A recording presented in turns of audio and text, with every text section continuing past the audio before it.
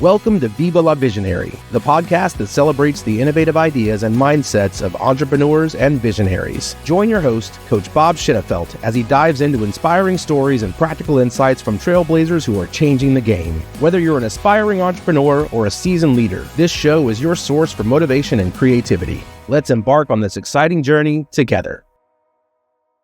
Hey there, Coach Bob here, the host of the podcast Viva la Visionary. It's celebrating and elevating, and it's having great conversations with amazing visionaries to learn what they've learned and to learn and grow and unleash each other. And today we have Steve Heroux with us. Steve, how are you today? How's it going, sir? Amazing day. It is. I think pretty much for us, every day is amazing, isn't it? Almost. It depends. Whether it is or not. Yeah. Depends how bad the Celtics do. Your Pistons destroyed us last night. Right. Well, cool. Well, so I appreciate everything I've already learned from you. So I just have a few questions and we'll have a conversation. I start with a little easy question, which is, why are you on this planet, Steve? What are you here to be remembered for doing or being? Just like to start small. Yeah, it's funny. I just told this to someone in the UK, 20 minutes ago. To stop the abuse of salespeople would probably be one. But the second is to help people unlearn, as you and I talked about, unlearn all these horrific sales practices and leadership practices that have been done right for 100 years. And, there's a reason why salespeople are one of the 3 least trusted professions on earth, which we share this amazing distinction with lawyers and politicians. And so, but no wonder I felt so dirty much of my life. You know it, man. Hence the name of my first book. So, it's been done to salespeople. Like, they've been the ones that have been forced into, creating this perception and exacerbating this dirty salesperson thing, because that's what they're told to do. Go sell stuff. You mean only to our ideal customers, right? Whatever it is to hit that number. We made up this number in a boardroom. That's what mattered. Right. Yeah. So anyway, that's what I try to do. Get people to see things from a different perspective. I love that. And I think I've told you this before, but I feel like I was a trained assassin on selling. So I was brought up in the Glengarry, Glen Ross, it's here's the pen, Tin Men, where you've got to get 3 sales today or you're fired. I mean, I used to not be able to sleep on Monday nights. And then being a sales manager, they put me, the best salesperson, into the sales manager role. Big mistake. And then we were halfway through a quarter, and then I oversaw the whole central region, and my boss called me and said, well, we're changing your budget. I'm like, well, why? He said, well, because you're beating it by so much. I'm like, okay, hold on. So we're changing it based on our results. So if we were half of what we should have been, would you have lowered it? Oh, no. I'm like, okay. And that was really the beginning of the end. That's the last company I ever worked for. So I appreciate that. So question, what, if you were to guess, what percentage of visionaries are still running an organization that's founder-led sales? Because I think it's pretty high. I mean, what do you think? Is that greater than 50%? I would say more than 50. Yeah. And it's, even in all my travels and speaking and business and EOS and all these things, and you're part of my talk, right? And what we're going to talk about, letting go of the vine, and even at EOS, letting go of the vine. Like, the reason that visionaries and founder-led visionaries struggle so much to scale, and we know it's because they can't let go of the vine. But that's not. You don't tell someone who's afraid of heights, just jump out of the plane. No shit, Sherlock. It's like, how do they let go of the vine? You can't just tell people to let go of the vine. And the reason they don't is because of a lack of trust. They do not have the systems and processes and environment and culture in place to be able to be willing to give up control to somebody else. And that's the reason. And that's why when I'm so, driven by building these processes in companies, you have to have a sales process in place. You have to have training, coaching, development for people to do well without you yelling at them. Farmers don't yell at the flowers to grow. You have to give them systems to be able to succeed if you're not there. But the biggest thing is the bench. And what I mean by that in a sports context, you probably know, but who do you have on the bench that's the next guy or gal in? Right. They don't have that. So you can't turn the reins over to someone you've never developed without a strategy to develop someone. Right. That doesn't work. And so then they stay in and they meddle and they need to be part of it, and they will stay exactly where they are until they fix that. It's interesting because it's a lot of us visionaries. It's like, oh, it's all up to me, and yet then I don't let it go of the vine. And what I've realized is that I won't go sell a big job if I think we're going to fall on our face. So, like you said, if we don't have the people and the processes and the culture in place, then I'm not going to sell it. Even if it's not even a known decision, it's like, well, I'm not going to ask Steve for that big check because what if we don't provide the value? So I love that. So tell me a little bit more. I know you have that. By the way, Bob, you feel that way, but that is not what 98% of leaders will do. They will sell the deal because they have some idiotic goal that they made up in a boardroom, right. or they're being pressured by PE or the board or whatever. They will sell that thing knowing it's wrong, right, because they are forced by some goal or something they were told. And it is retarding the growth of these companies to the nth degree. And then the companies get yelled at by the board. Why aren't we selling more? You told me to sell to anyone who's breathing, which we can't support, we can't deliver on, we can't do it on time, and we can't do it profitably. So that taxed our entire team, including me and my mental health. So you told me to do that. So that now prevents us from selling to the right customers with more profitability and better long-term value. And so this is my fault. Right. It's endless. So until people understand this. And each time we talk, you help me heal a few past wounds. So two things that are coming up. This huge distribution company, global, we would meet once a quarter the day before the big bosses came in to rehearse what we were going to tell them on why we didn't hit the numbers. And then the other one is they came up with a new product, and it was just a lot cheaper and a lot slower. And I sold my biggest account on it. And it was months that the stuff wasn't delivered. And I had the head of all operations in. I'm like, we're going to go see this client. And he's like, what are we going to talk about? I'm like, well, I sold him on this service. And he started laughing. I'm like, what? He's like, that was just, who knows if it's ever going to get delivered. I'm like, dude, I put my ass on the line, and he may never buy from me again. Right. So I think that's still, it's time for me to let that go. Yeah. But hey, you hit the quota. All right. Again, all of this stuff is just abundantly idiotic, and it has been done for decades, and people just still don't get it. So that's why I get up in the morning to fix it. No, that's awesome. And again, when I was first introduced to you, which was from Kate Norton, who's amazing, I'll talk to anyone that Kate recommends I talk to, and we had a nice conversation, but I'm like, oh, he's a sales trainer. Okay, whatever. And then the second time we talked, we got into more of the spirit and the trust and the soul of it all, and building a great culture, which really, that really sung to me. And again, you've helped me already a lot. So what else does I know you're a keynote speaker, and what else does your business do, if you could explain it? Yeah, I mean, now apparently I'm an author. So I guess congratulations. Some books, you're now an author. No, the book it's going crazy. Like, I got another email from a random person who's 66. And he's like, you've given me a new lease on life. That's awesome. I mean, what else can you hear? I mean, so these thoughts, although they may be crazy, they're relating to people, and people are relating to them. It's chatter, right? Go ahead. Sorry. No, but that's what we're trying to do. And so as an author and a speaker, that's sort of one thing we do. And then as a company with the Sales Collective and how we help, clients just totally revamp, their entire go-to-market strategy. That's awesome. Whether they're 5 million or 500 million, most of it's middle market, but helping them rebuild and redesign their sales process for 2025, right? Not 1985.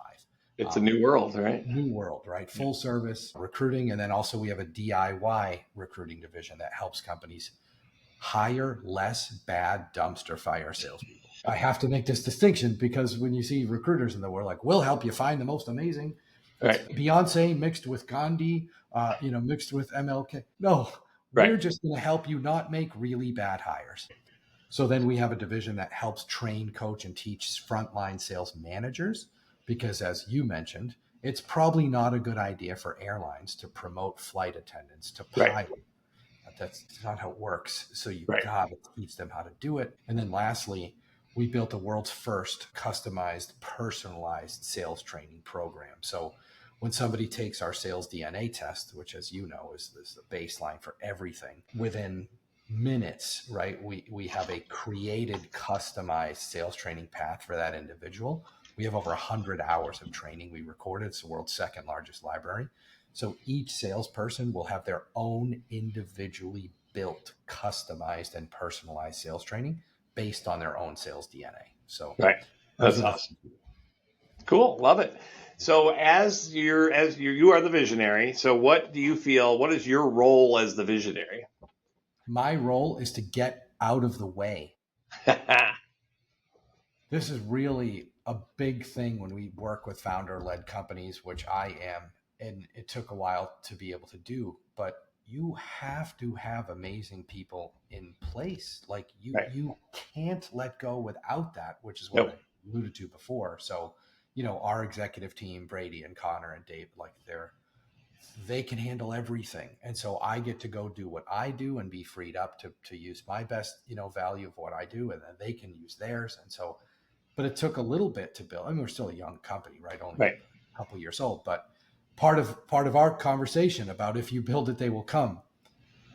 I came up with that. And that was sort of my mantra and what I wanted to build. And I'm so thankful that it's sort of happening, that they all came to us.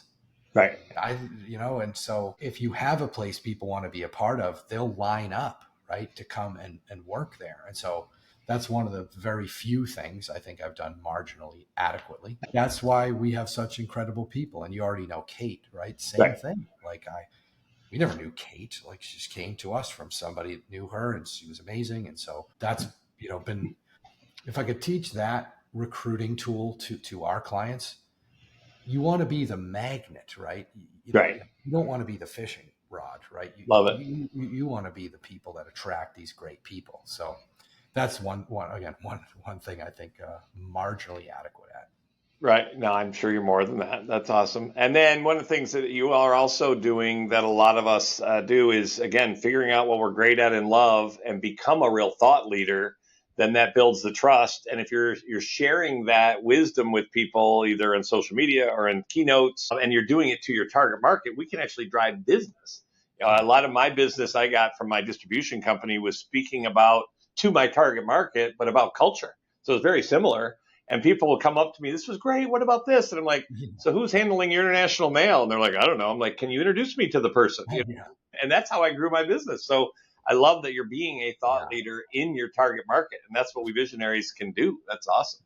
Yes, sir. Thanks, Very cool. So what's one thing that you've learned, and you've already shared a few, but one thing that you've learned at becoming a visionary that you could share, and it may or may not be a hack, or it might be something you started doing or stopped doing that was a big lesson learned for you? There are a couple, but I actually learned one this morning at like 5:45 a.m. from Daniel Pink, which, Daniel's, incredible thought leader. And I'm sure you already know Daniel, but if y'all listening don't know him, right? Recovering attorney, best-selling author, just incredible guy. So on his LinkedIn this morning, he has a 90-10 rule. You can look at the post. And he said, you're not leading right unless 10% of your people hate you. And so he teaches this, right? 90% good, 10% not so good. Right. And at the end of his post, he goes, I hope 10% of you hate this post. So the lesson there is, you're not going to be, everybody's best pal. You can't do that. And that's a really bad way to lead, which also leads me to what I really learned, which is the whole need to be liked, right? Which I never learned without sales DNA. But if you're a leader that needs everybody to love her or love him, you cannot be an effective leader. It just won't happen. Right. And in a sales sense, when we talk about this with a prospect, when salespeople need the prospect to love them, this is horrific. Right. And 86% of them do, which is why so many of them struggle with sales. because they will bend over backwards. They will sign bad deals. They certainly won't say no. Oh, sure, we can do it by Thursday. Right. Today's Overpromise. Right. Oh, I know. We'll get it done. So the real ideal, right, is being respected. And so the best women and men in the world of sales or leadership, they would rather be respected than liked. Right. But they're still likable. You still need to be likable, Right. but you just can't care what people think about you. And that's probably the best lesson. So again, you're helping me with a lot. It's interesting because I don't know if I feel like everyone has to like me, but then I go into sales mode. So if I think you don't like me, I'm going to sell you, and then you may or may not like me, but it's not even real. It's funny. This happened Tuesday on a different podcast. This guy, Marcus, I'm friends with now, former NFL player, Ravens, great guy. He goes, Steve, you're one of the most authentic people I have ever met. What does that mean to you? And I said, and I'd never given him this answer.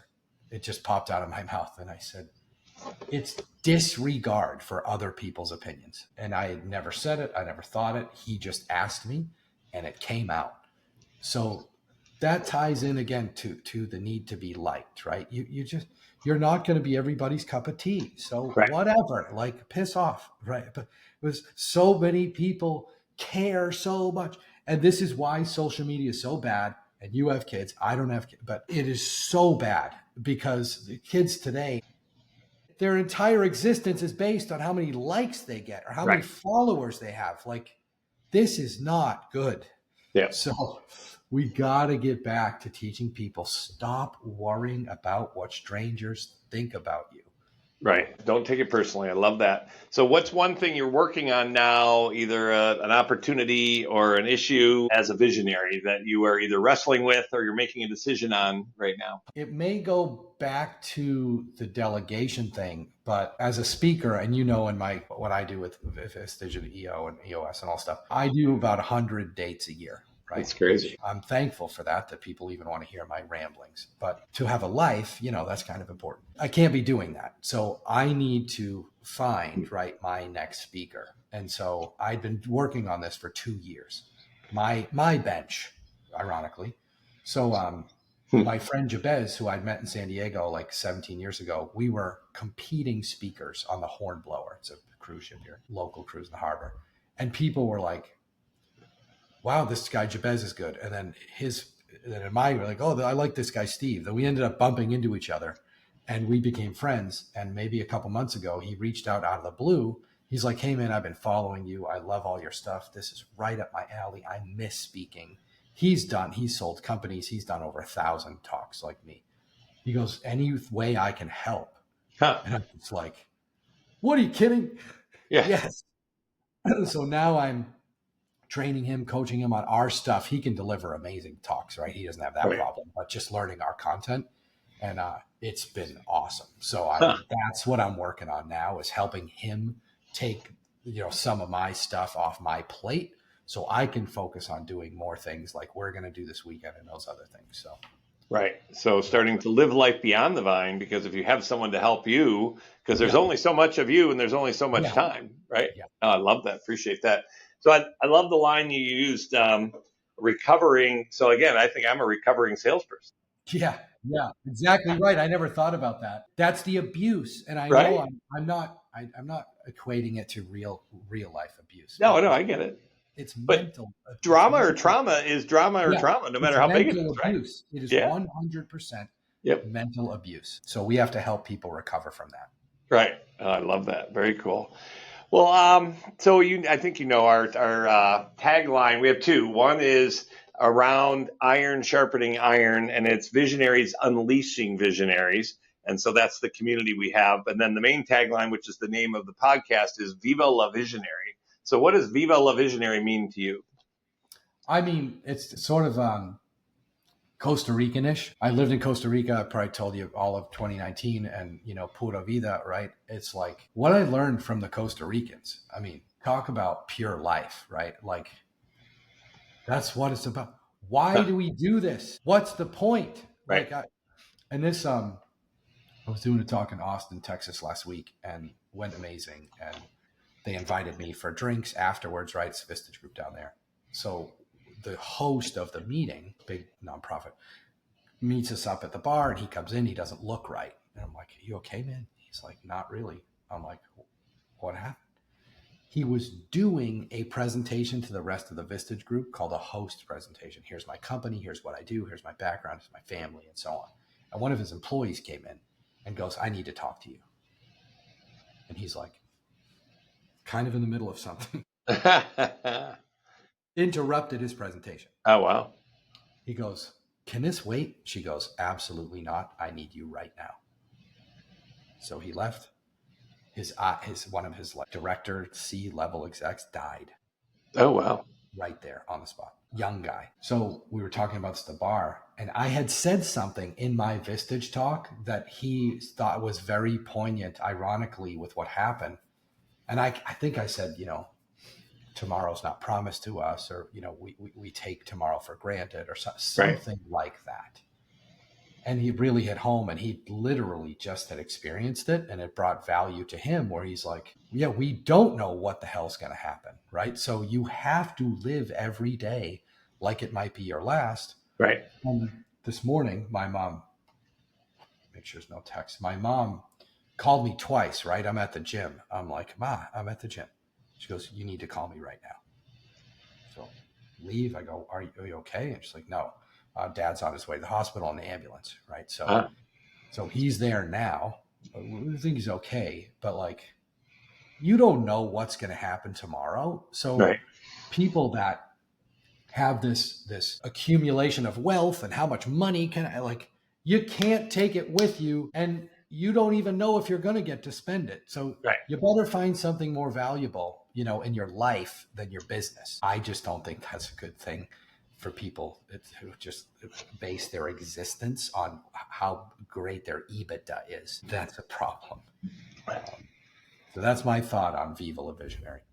Cool. Well, I appreciate that. Anything else that you want to share, experience, share, or other thoughts with other visionaries? This has been amazing. You add a ton of value to the business community, the entrepreneur community, especially the visionaries. But anything else, any other wisdom? It's already been a lot. Am I allowed to swear on here? Absolutely. All right. We encourage it. I got to okay, this is also from last week in Texas. So I did a talk for a new client. He had never heard me before. He just booked me because of what the Vistage chair had told him about me. I had a talk, just a brief, here's what I think I want to teach. His entire team has been getting trained by, let's see, how can I say this? One of the biggest frauds in history, the 10X creepy uncle guy. I'll leave it at that. For 2 years, they've been paying this clown. None of the people want to go to his training. It's all old school garbage, all of the stuff. So I said, just let me come, give me a couple hours. You don't have to hire us. Just let me come and try to undo all this stuff. Right. Okay. I left the meeting. I go, "Thanks, man. Great group of people you have. I hope it was helpful." He goes, "Dude, so incredibly helpful. We are all a bit mind fucked. Myself the most. Can't wait to talk to you next." This is a guy who runs a very successful company. Right. And he's just like, "What?" So, I taught him about detaching from outcomes, which is what I shared with you when you made that comment last time we talked. People who are obsessed with outcomes, number one, will never be happy. And number two, will never be satisfied. That is a tough way to go through life. Right. And when you try to control things that you can't control, it's not going to work out for you. Right. Try to talk to somebody who thinks they can control the weather. What do you think about them? Because that's the same type of person who thinks they can control outcomes or how much they're going to sell a year from today. Yeah, no, you can't do that. You can control you today, and that's it. And that's it. That's it. There's nothing else. So execute today. Do the best damn job you can today. And that's it. You cannot control outcomes. They may be good. They may be bad. One last thing I think would be really helpful if you have anybody that plays poker on here. And I don't know if poker's mainstream now, right? I mean, this is on every channel, right? So in poker, what's funny is the bad players get upset when they don't get the outcome they like. And surprising, they lose all the money. The world-class players have zero care what the outcome is, zero. And they win tens of millions of dollars. Interesting. So when you're playing a hand in poker, you don't need to know the rules, but I don't know if you play. But let's say it's Texas Hold'em, right? You have 2 cards, I have 2 cards, 3 come out. We both play the community cards, right? Right. I have a really good hand, right? I have a flush. You have a flush. 4th card comes out. Doesn't matter. We still both have flushes. You go all in, right? I go all in. All our money's in the middle. I have an ace high flush. Do you know if that hand can be beat by another flush? Do you happen to know? So an ace high flush can be beat by a straight flush. So let's say all my money's in the middle. I have the ace high flush. Right. You have a 10 high flush. But if a 7 of diamonds comes, that makes you a straight flush. So I have a 98% chance to win the hand. All my money's in the middle. I'm going to win all your money. Right. As long as the 7 of diamonds, there's just 1 card out of 52. Just, as long as that doesn't hit, I win all the money. Right. Could the 7 of diamonds hit? It could. Does that mean I made a bad decision? No, with the data you had, right. That is why visionaries get in trouble, because they base the veracity of their decision on the outcome. It has nothing to do with the outcome. You made an amazing decision, and 98 times out of 100, it's going to work out. 2 times it's not. Right. You can't question your validity as a human. And if you do, you then start changing the way you make decisions. Now you're in huge trouble. And in poker, this is a thing. It's actually called tilt. So when a player gets unlucky, which is all that is, right, they then think, what the hell? I messed it up. I'm going after this guy. I'm not doing that again. And all their money is gone. When a professional player has that happen, they have no care in the world about it. It's irrelevant because they can't control the cards, and they reach over to the guy who just won $3 million from them and goes, hey, great hand, and they move on. But that is not what visionaries do. That is not what business people do. They base everything on outcomes, which they can't control, and it holds them back to the nth degree. Right. Very cool. Good analogy. I appreciate that. Well, I've learned a lot today, and I've learned a lot from you in the past. I appreciate you and glad you're a part of the community. And we will see you soon. Appreciate it, Steve. Yes, sir. Can't wait. Thanks, man. See you soon. Right. Bye. Okay. Thanks, man. Thank you for tuning in to Viva la Visionary. We hope you enjoyed today's episode and found inspiration in our guest stories. If you loved what you heard, please subscribe, rate, and share the podcast with fellow dreamers and doers. Join us next time as we continue to explore the limitless possibilities of visionary thinking. Until then, keep dreaming big and taking action. Your vision matters.